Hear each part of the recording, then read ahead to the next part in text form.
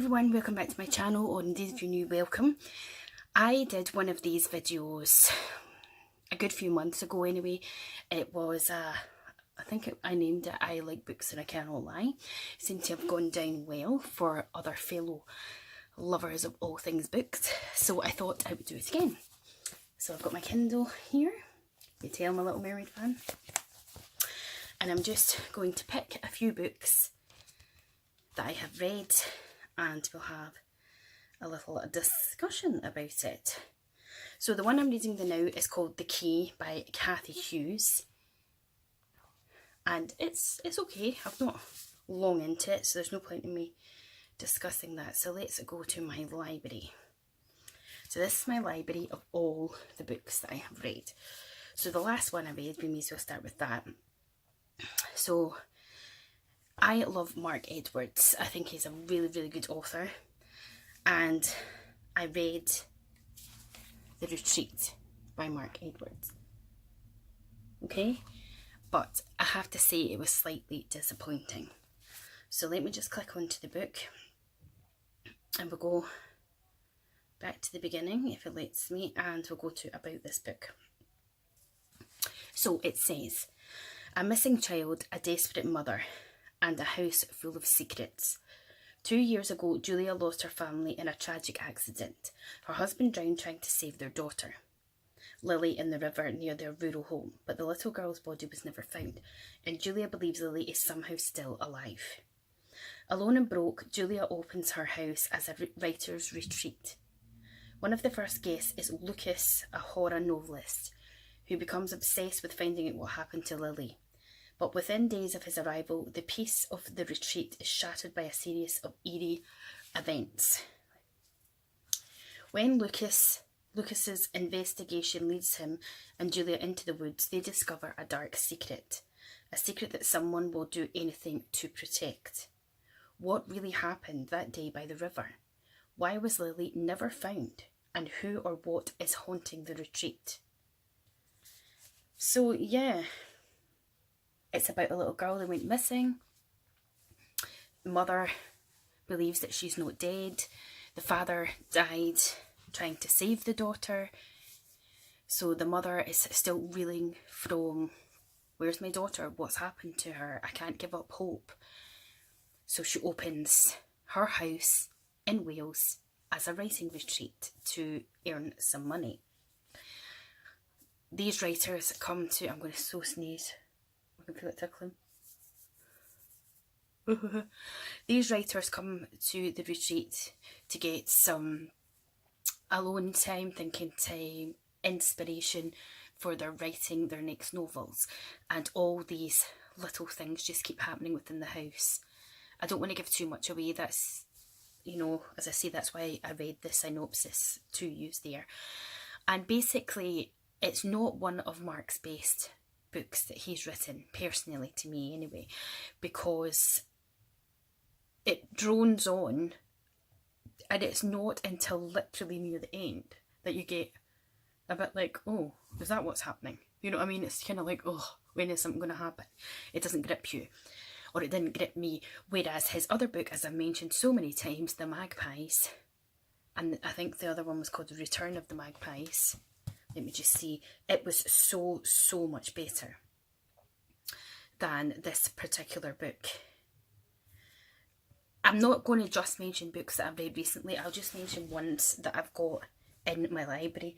So, for example, since we're on Mark Edwards, as I say, I've read The Retreat, and I've read A Murder of the Magpies and The Magpies, which I mentioned in my last thing, and they were brilliant. But another one of his ones, like I've got this one here that I read called The Devil's Work. Like, even that was a better book, personally, I thought, than The Retreat. So if I was to give it a mark out of 10, The Retreat, I think I would give it a 5, to be honest, because it didn't grip me. And it just took too long to get to the point, and there wasn't enough twists and turns for me to keep me interested. I could have quite easily, well before the end, just gone, right, I'm not going to bother reading this anymore. So, but I still like him as an author. So another one of his books that I've read is called The Devil's Work. And this is what the cover of that one looks like. Okay, so again, we will click onto it. And obviously I've read all these, so I need to go onto the thing, click the about, and we will read it to you. Okay, it says, a gripping psychological thriller from the best-selling author of Follow You Home and the Magpies.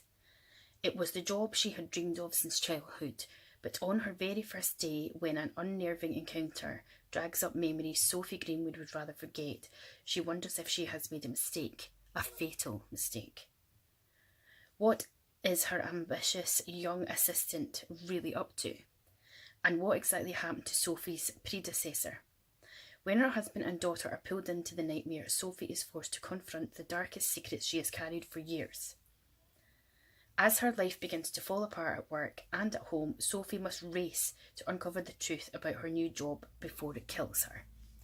Now, again, obviously it's been a while since I've read this book, so you're probably thinking, why are you telling me about it?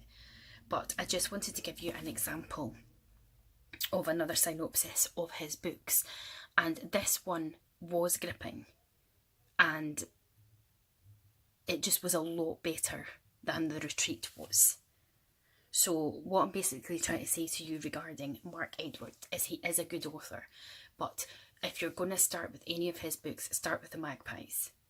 They don't correspond, you know what I mean? They don't run into each other, but The Magpies, I personally think, is one of his best books. So if you're interested in reading Mark Edwards, start with The Magpies and then go on to read A Murder of the Magpies, which is just a short second version of that book. Okay, another one that I read that was very good is Bring Me Back by B.A. Paris. Now I have to download it from here onto the Kindle to show you. So that's what the title of the book looks like. Bring Me Back by B.A. Paris. Okay, so again, because I've read it, it's going to the acknowledgements, so I'll go into reading this. So it says, a million-copy best-selling author returns with a breathtaking thriller. We're in a new golden age of suspense writing now because of amazing books like Bring Me Back. That was a quote by Lee Child, the author. An addictive new voice in suspense fiction. That was a quote by Sophie Hannah. Made me stay up way beyond my bedtime, which is a quote from Jane Corey. So, it says, Finn and Layla, young and in love, their whole lives ahead of them, drive back from a holiday in France one night. Finn pulls into a service station, leaving Layla alone in the car. When he returns, minutes later, Layla has vanished, never to be seen again. That's the story Finn tells the police. It's the truth, but not the whole truth. 12 years later, Finn has built a new life with Ellen, Layla's sister. When he receives a phone call, someone has seen Layla, but is it her or someone pretending to be her? If it is her, what does she want? And what does she know about the night she disappeared? And then it's got Bring Me Back as the utterly compelling white-knuckle thriller from Sunday Times bestseller B.A. Paris.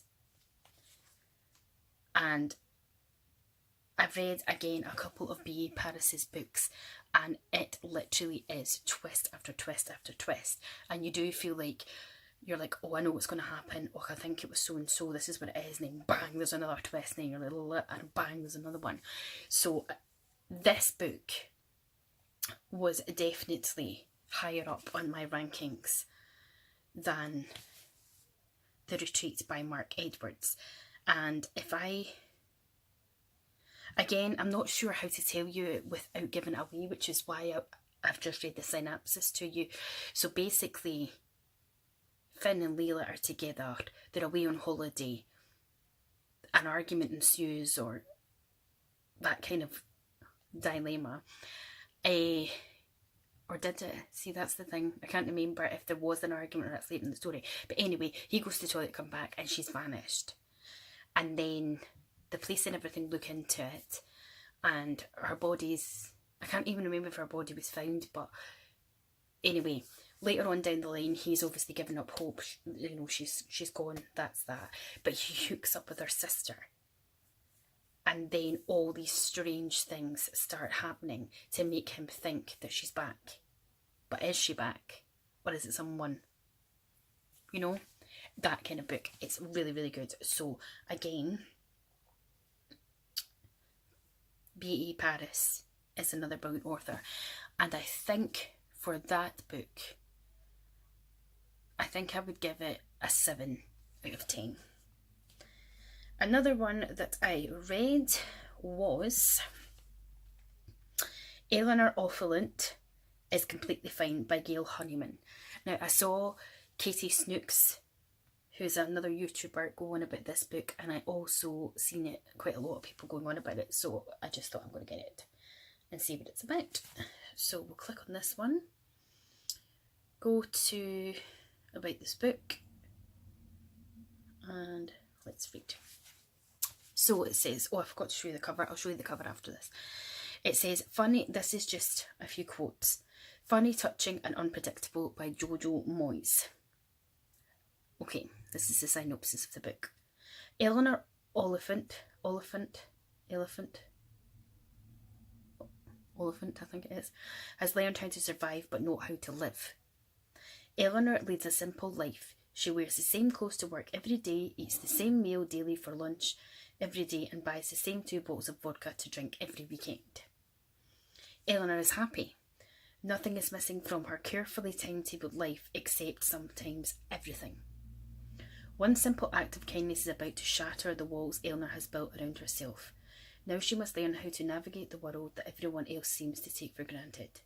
While searching for the courage to face the dark corners she's avoided all her life. Change can be good, change can be bad, but surely any change is better than fine. Someone else has said it's a heart-wrenching and wonderful. Somebody else has said it's deft, compassionate and moving. Now, I have mixed feelings on this book again. One minute, I liked Eleanor. Oh, I felt sorry for her. Next minute, she just bugged the shit out of me. And then the next minute, you liked her again. She comes across, I suppose, as a very plain Jane, not a simpleton, but just someone that's not very worldly. Like, not like a, I don't know what the word is, but I think she lived a very sheltered life. And, you know, I don't think she had the best upbringing, as you'll find out in the book. And again, with this book, I felt that it took a long time. The writer let you know that obviously there was a backstory to why she was the way she is and the way she communicates with different people and how she struggles to, you know, connect. But again, I think they should have put that more maybe even in the middle of the book rather than you get right near to the end and you're like, oh, that's why she's the way she is, you know, that sort of thing.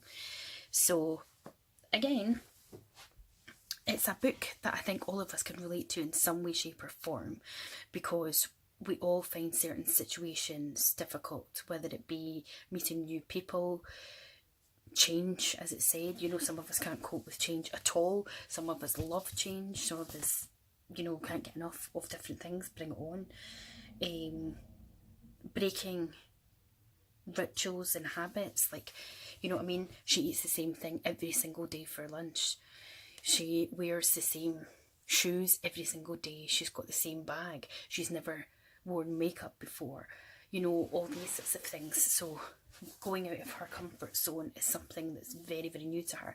Like one of the things I remember in the book, I think it's Estee Lauder, you know, the makeup brand, but when they say to her, when she's looking for something, go to the Estee Lauder counter, she actually thinks Estee Lauder, she's going to see Estee Lauder the person, you know what I mean? So it's that kind of, you know what I mean, she's just clueless. Like, so she's going to the counter going, wait, so where is this Estee Lauder? And the people are looking at the counter like, what the fuck is she talking about, sort of thing, you know what I mean? Like, she's a nut job. Not saying that she is a nutter, but she's just, it's just not her world. She's not clued up and thinking Estee Lauder is a makeup brand. Or I don't even know, actually, I think it was Bobbi Brown. I think it was Bobby Brown. So she's like, hi, I'm here to see Bobby Brown. And they're like, you know what I mean? Like, no. Bobby Brown is a really big makeup artist who has a brand merchandise of makeup. And this is her counter, but she's not actually here. But because that's it, I think it was Bobby Brown. So it's that kind of gist. Again, if I was to rate that, I think personally I would give it a 5 as well. It wasn't my most favourite of books. Another one I read recently, and I think this will be the last one for this video, is called, oh, I never showed you the, hold on, let's go to that. You've probably seen the cover of it, the Eleanor one, but I'll just get it up for you. Bear with. Come along. So that's the cover of the Eleanor one. And the next one we're going to talk about is by another YouTuber called Louise Paintland, who does a sprinkle of glitter. And she wrote a book called Wild Like Me. So this is the cover of it, and she's got a second one coming out on pre-order. Now I would say this is very much relatable to single mothers, young mums. I'm not either of those. And I think it's very Bridget Jones-esque. Plus, if you watch Louise's videos and you kind of, obviously I don't know her, but you know, you get to know people watching their videos, I can see bits of her as she wrote it, you know. It's relatable. You read it and you're like, oh, Louise, I totally get that, you know. So, let's have a read of this. The #1 Sunday Times bestseller. Excuse me. And then it's got fans of Sophie Kinsella and Lindsay Kelk will like Wild Like Me. So if you're into Sophie Kinsella or Lindsay Kelk, I've never read either of them, this is for you. So, it says, you'll never forget the day you met Robin Wilde. Robin Wilde is an awesome single mum. She's great at her job, her best friend Lacey and bonkers Auntie Kath love her, and little Layla Blue to the moon and back. From the outside, everything looks just fine. But behind the mask she carefully applies every day, things sometimes feel grey and lonely. After 4 years and 2 months and 24 days of single mumdom, it's time for Robin Wilde to change her life. A little courage, creativity and help from the wonderful women around her go a long way, and Robin is about to embark on quite an adventure. This is what you've been saying about Wild Like Me. So this is what people have been saying. Love this book. It made me laugh and cry. Adored this book, couldn't put it down. Robin Wilde is an amazing character and everyone should read this book. I'm dying to know what happens next with Robin. A great pick-me-up book. This book made me feel so good. Relatable, sad, funny and sweet. I loved it so much I passed it on to my mum. Anyone can relate to Robin. If I could give it more than 5 stars, I would. So the second book, Wild About the Girl, is out in August and it's out for pre-order as well. So I enjoyed reading the book. I think it was very light-hearted and it shows the ups and downs, as I say, of a single woman who's no longer with her husband or partner, bringing up her child and just showing the struggles of being that single woman, trying to be you as the person, you as the mum, have the career, have the sexual life that you hope to have. And it is relatable. As I say, I'm not a mum, I'm not a single parent, I've never been married, I've never been divorced, I'm in a happy relationship. So I can't say, oh, that happened to me, or this has happened to me, or whatever. But when she goes on about certain things in it, that is something for everyone, you can be like, oh yeah, I know what she means, or oh, I know how she feels. You know what I mean? It really is a good read. And I didn't just read it because I was like, oh, I'm a YouTuber and I watch Louise Paintland. I've watched Sprinkle of Glitter and Sprinkle of Chatter since way back. And I don't watch her channel a lot these days, but I did enjoy the book and I will for sure check out the second one. And I do think if you watch Louise, when you are reading it, you'll be like, I can just picture Louise sitting writing this. I got that personal, touch from her, which was lovely. I think she wrote it really, really well. I think, as I say, the characters are really relatable. I think the storyline's relatable. It'll be relatable to a lot of you out there. And I did get that Bridget Jones-esque type feeling. So if you do read this book, any of you, let me know what you think and if you got that Bridget Jones vibe or whether it was just me. So anyway, that's the books I'm going to leave you with for just now. And hopefully I'll do more of these in the future because I love reading. I'm a total bookworm. And I usually go to my bed like a granny every night at 9 o'clock and read. That's why I record everything. So I'm going to go and catch up with Love Island now. So if you enjoyed it, please give it a thumbs up. Leave any recommendations of authors and books in the comments because I would love that, because I love reading and I love recommendations. And if you read any of these books, let me know what you think. Don't forget to like and don't forget to subscribe. Right at this current minute, we are at 680. Yay! Subscribers. So the 700 subscriber UK giveaway is still going, but hopefully it won't be too long and I can pick one of you lucky winners. And take care of yourselves. Don't forget to subscribe. Bye.